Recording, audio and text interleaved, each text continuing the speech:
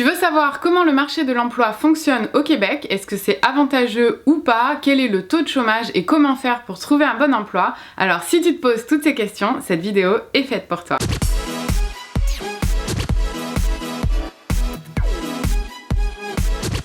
Salut, bienvenue sur ma chaîne, allo Anaïs. Alors j'espère que vous allez tous et toutes bien. Donc aujourd'hui, comme vous l'avez vu dans le titre et dans l'intro de cette vidéo, nous allons discuter ensemble du marché de l'emploi au Québec. Vous avez été absolument très nombreux à me poser cette question: qu'est-ce que vaut le marché de l'emploi au Québec? Et à juste titre, parce que bon, si on étudie, c'est aussi pour avoir un boulot.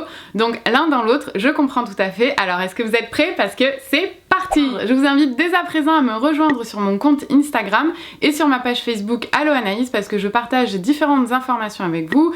Je vous pose des questions, je fais des Q&A, je fais des petits lives, je vous partage des articles aussi sur Facebook et bien évidemment sur Instagram, je partage plusieurs photos de Montréal. Alors allez m'ajouter si ça vous intéresse. Faire une vidéo avec un pull, c'est impossible, je crois.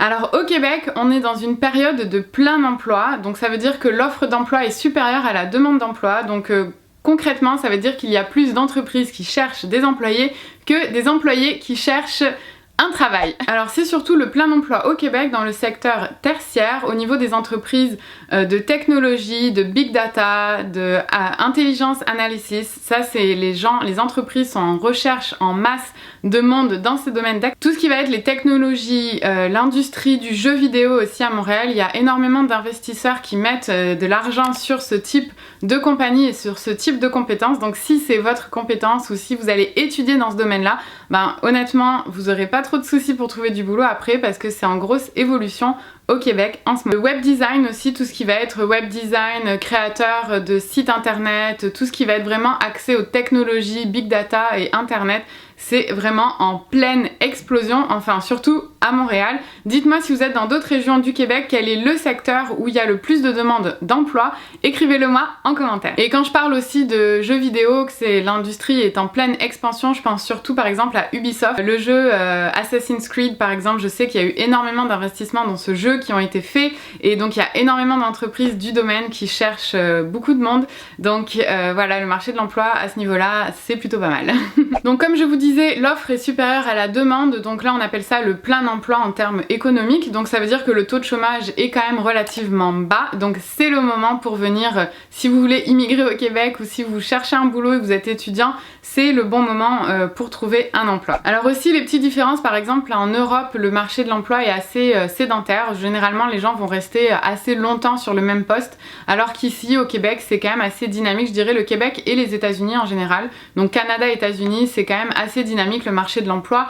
Ça veut dire que les personnes qui ont un travail entre 15 et 25 ans par exemple, c'est possible mais c'est quand même plutôt rare. Les gens restent, surtout les milléniaux comme nous, on va rester en emploi 2, 3, 5 ans, mais au-delà de ça en général il y a un changement qui se fait dans la carrière, et il y a même des gens qui à chaque 1 an changent aussi de travail, parce que voilà, c'est le dynamisme du marché, c'est fait comme ça. Donc c'est sûr que pour les personnes qui aiment la stabilité d'emploi, c'est possible aussi, mais généralement le marché évolue vite, les demandes, les changements, les goûts, et puis avec toutes les technologies aussi, c'est ça qui fait que le marché bouge aussi très vite. Alors j'imagine si tu viens d'arriver au Québec et si tu es étudiant de plus est, tu dois te demander comment faire en fait pour justement accéder à toutes ces offres d'emploi. Donc je te dirais le premier pas à faire en fait pour commencer la recherche d'emploi, c'est bien évidemment refaire ton CV à la mode américaine, parce que c'est pas du tout la même chose qu'en Europe ou en France.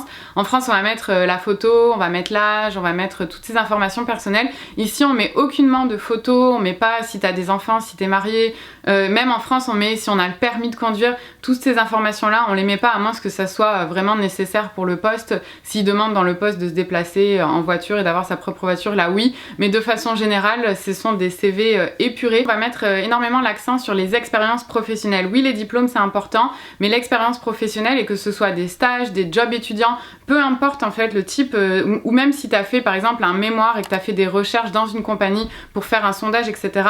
Peu importe en fait, du moment que tu as eu une expérience professionnelle avec un contact dans un milieu entrepreneurial, ça c'est des choses que tu dois mettre en avant sur ton CV. Aussi les langues ici c'est extrêmement important, le français et l'anglais à Montréal et partout en fait, l'anglais est hyper important en Amérique du Nord, donc le fait d'être bilingue c'est un gros avantage.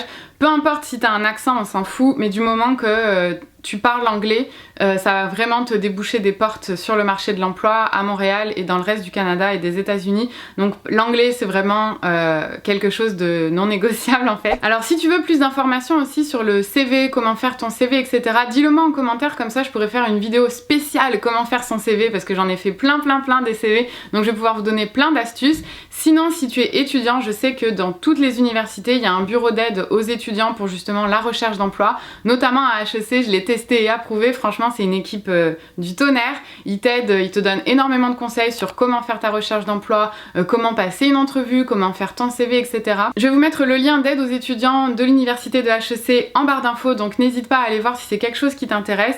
Si tu es étudiant là-bas, tu peux vraiment faire plein d'affaires, ils t'envoient aussi des offres de stage, des offres d'emploi, enfin il y a vraiment beaucoup de choses qui se passent à HEC et les autres universités, l'université de Montréal, Polytechnique, ETS, Concordia, UQAM, etc.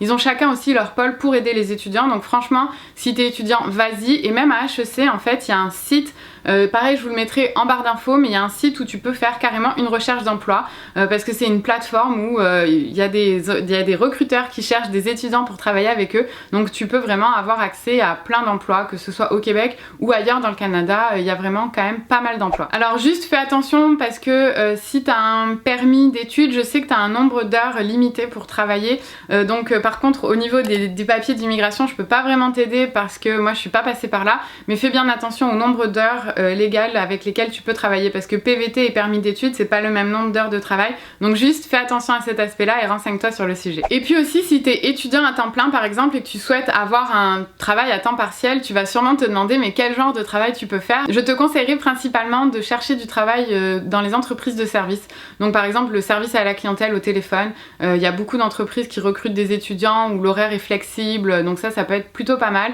Sinon tu as des emplois comme par exemple être serveur dans un restaurant ou dans un bar, les horaires sont plutôt flexibles, tu as des tips aussi qui vont faire augmenter ton salaire, donc ça peut être des petits boulots que tu peux faire pour t'aider avec tes études. Tu peux aussi travailler à la caisse d'une banque ou à la réception d'une banque, ça c'est des choses aussi qui se font où il y a des changements d'horaire assez flexibles. Tu peux travailler dans une épicerie, tu peux travailler dans un magasin de vêtements, enfin il y a plusieurs options surtout pour les étudiants où tu peux vraiment travailler à temps partiel avec un horaire flexible. Et puis bien évidemment il y aura des évolutions possibles, mais au moins tu commences quelque part et après une fois que tu as un pied dans l'entreprise, ben, c'est plus facile de pouvoir évoluer. Alors si tu arrives ici au Québec avec des expériences professionnelles, des diplômes, etc. C'est pas parce que tu as eu une super belle expérience professionnelle en dehors du Québec que directement quand tu vas arriver ici tu vas avoir un poste de manager ou le même genre de poste que tu vas avoir que tu aurais eu dans ton pays, parce que forcément ben, tu sais ici ils te connaissent pas, t'as pas eu ta première expérience professionnelle au Québec ou au Canada, donc il faut qu'ils apprennent à te connaître un peu en tant qu'employé, donc sûrement que ta première expérience professionnelle ben, ça sera pas l'emploi de tes rêves, mais c'est pas grave, ça te fait quand même un premier pas de savoir si t'aimes ou pas l'entreprise, si t'aimes ou pas ce genre de travail, et petit à petit t'inquiète pas, au fur et à mesure de ton intégration tu vas pouvoir évoluer dans ton travail. Donc bref, tout ça pour dire ne sois pas impatient, commence à travailler avec ce que tu trouves et puis petit à petit tu pourras évoluer et aller vers un poste peut-être même mieux que tu aurais pu espérer. À titre comparatif, le salaire minimum au Québec est de 12 $ par heure et en Ontario à 15 $ de l'heure. Donc le coût de la vie est plus élevé en Ontario qu'au Québec, donc c'est pour ça la différence de salaire minimum.